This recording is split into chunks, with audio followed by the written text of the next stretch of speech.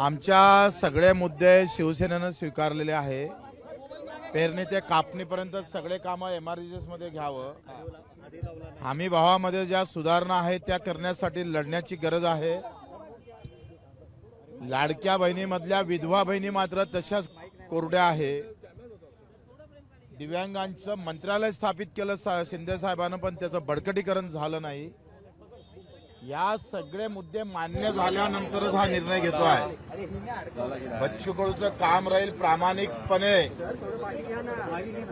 शिवसेना राजकीय ताकद मजबूत करण्याचं प्रामाणिकपणे काम करू, पण त्याच्या बदल्यात आम्हाला हवा आहे शेतकऱ्याची ताकद, दिव्यांगाची ताकद।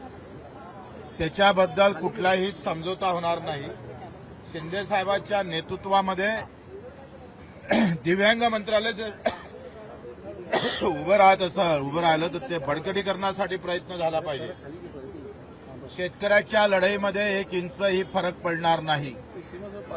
प्रहार सामाजिक संघटना आणि प्रहार दिव्यांग संघटना कायम राहणार, मात्र पूर्ण ताकदीनं शिवसेना कशी वाळण, या अंगातला प्रत्येक रक्ताचा थेंब जितका पक्षासाठी धावणार आहे तेवढाच माझ्या शेतकरी मजूर दिव्यांगासाठी धावणार आहे। त्यानं समझोता शेतकरी मजूर दिव्यांगासाठी होऊ शकत नाही। राजकीय आम्ही हा प्रवास शिवसेनेतून सुरुवात केली होती। मधात माझ्याजवळ अजूनही पत्र आहे।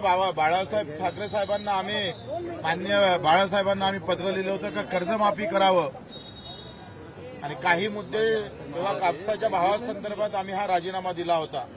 आता पुन्हा शेतकऱ्याच्या मुद्दे आणि दिव्यांगाचे मुद्दे घेऊन शिवसेनेचा धनुष्यबाण घेऊन हा धनुष्यबाण माझ्या शेतकरी मजूर माझ्या वंचित घटकांच्या दिव्यांग बांधवासाठी कसा कामी येईल तो उचलण्याचा प्रयत्न करू। शिकूया AI ची क्रांती, चला करूया MSCIT। आजच नजीकच्या MSCIT केंद्रात आपला प्रवेश निश्चित करा।